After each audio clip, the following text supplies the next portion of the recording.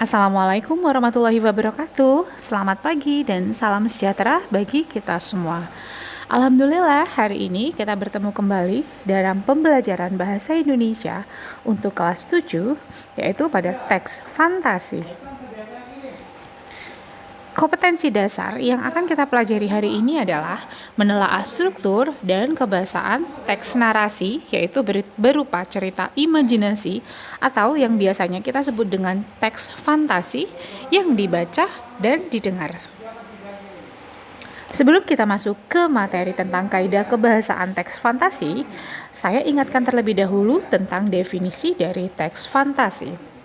Teks fantasi adalah salah satu jenis teks narasi. Nah, narasi merupakan cerita fiksi yang berisi perkembangan kejadian atau peristiwa. Fiksi itu adalah cerita yang sesuai dengan kenyataan. Sedangkan untuk teks fantasi itu adalah teks yang berupa kisahnya itu tidak nyata atau biasanya kita sebut dengan non-fiksi. Jadi, pada teks fantasi itu adalah teks yang isinya semuanya itu tentang hayalan dari seseorang yang memang tidak nyata atau memang hanya imajinasi dari seseorang saja. Kita masuk ke kaidah kebahasaan.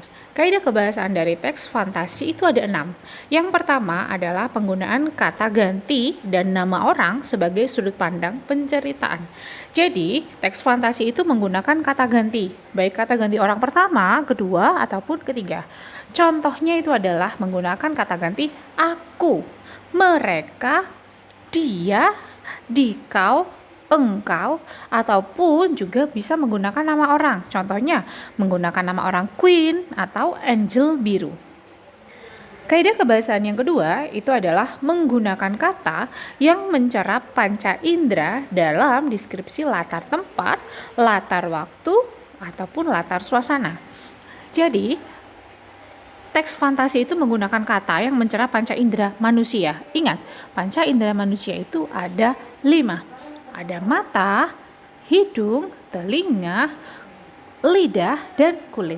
Nah, di sini bersinggungan dengan deskripsi latar, yaitu latar tempat, waktu, dan suasana. Begini contohnya. Untuk yang pertama itu adalah latar tempat. Ada paragraf 3 pohon berjajar rapih berdiri dengan kokoh. Sayap-sayap burung yang mulai mengepak menggoyangkan daun-daun dalam dahan. Hembusan angin yang tak biasa mengemparkan kota zaitun di sore ini. Jadi kita bisa merasakannya itu menggunakan panca indera apa? 3 pohon berjajar rapih berdiri dengan kokoh. Kita bisa merasakan kalimat tersebut itu menggunakan panca indera apa? Yang bermain itu panca indera apa? Kita bisa merasakannya menggunakan panca indera mata. Nah, kita tahu dari mana kalau ada 3 pohon yang berjajar rapih itu berarti kan menggunakan panca indera mata. Nah, begitu caranya. Kemudian untuk yang latar suasana, air mata pun jatuh di pipi Pangeran Sin. Sepucuk surat dari sang nenek menjadi saksi kepiluannya. Tawa canda Pangeran Sirna. Nah, sama seperti yang tadi, kita bisa tahu kalimat tersebut itu menggunakan panca indera apa? Tawa canda Pangeran Sirna. Nah, kita tahu bisa merasakan kalau tawa candanya pangeran itu sudah hilang atau sudah sirna itu dengan menggunakan panca indera apa? Panca indera mata. Jadi kita bisa melihat, oh, pangeran itu sudah tidak ada tawa candanya. Kita kan bisa melihat itu berarti menggunakan panca indera mata. Sedangkan yang ketiga yang berhubungan dengan latar waktu. Pagi hari seperti biasa para agen mempersiapkan diri. Matahari bersinar terang membawa hawa semangat. Kokok jago bersautan menyambut hari telah datang. Coba dilihat di kalimat ketiga.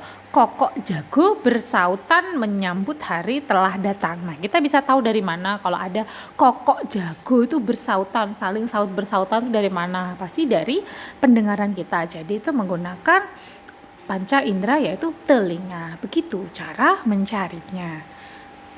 Kemudian kita masuk ke kaidah kebahasaan yang ketiga, yaitu menggunakan pilihan kata dengan makna kias dan makna khusus. Makna kias, jadi kata dengan makna kias itu adalah kata dengan makna yang tidak sesungguhnya. Contohnya, monster itu berkaki 4, langkah 1000-nya penuh dengan keberanian. Semakin mendekat, semakin melawan. Jadi, mana yang kata dengan menggunakan makna kias? Langkah 1000. Nah, langkah seribu itu maksudnya itu langkahnya itu banyak, langkahnya itu cepat.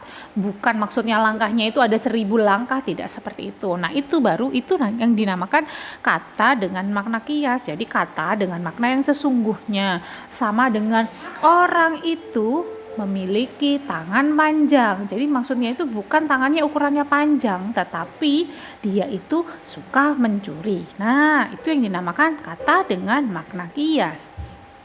Yang keempat, kata sambung penanda urutan waktu. Nah, kata sambung itu adalah kata yang fungsinya untuk menyambung kata atau menyambung kalimat. Contohnya, ada kata dan, ada kata kemudian. Nah, itu adalah kata sambung.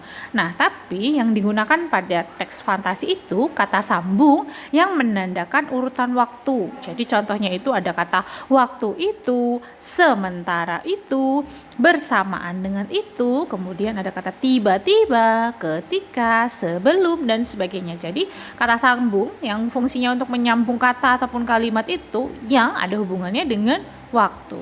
Kita ke contohnya yang A. Sebelum alien itu datang, langit mendung. Kata sambungnya yang mana? Nah, ada kata sebelum. Kemudian yang B. 3 tahun yang lalu gunung itu memuntahkan lahar dingin. Mana yang dinamakan kata sambung? 3 tahun yang lalu.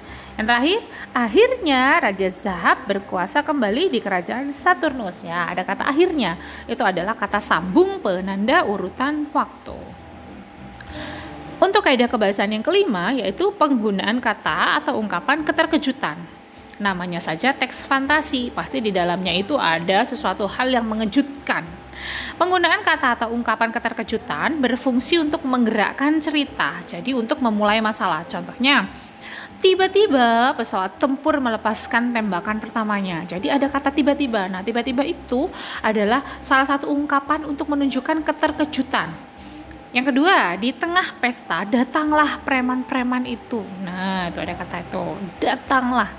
Yang ketiga, tanpa kuduga cermin ajaib berpindah tempat. Nah, yaitu kata tanpa kuduga. Itu adalah ungkapan keterkejutan.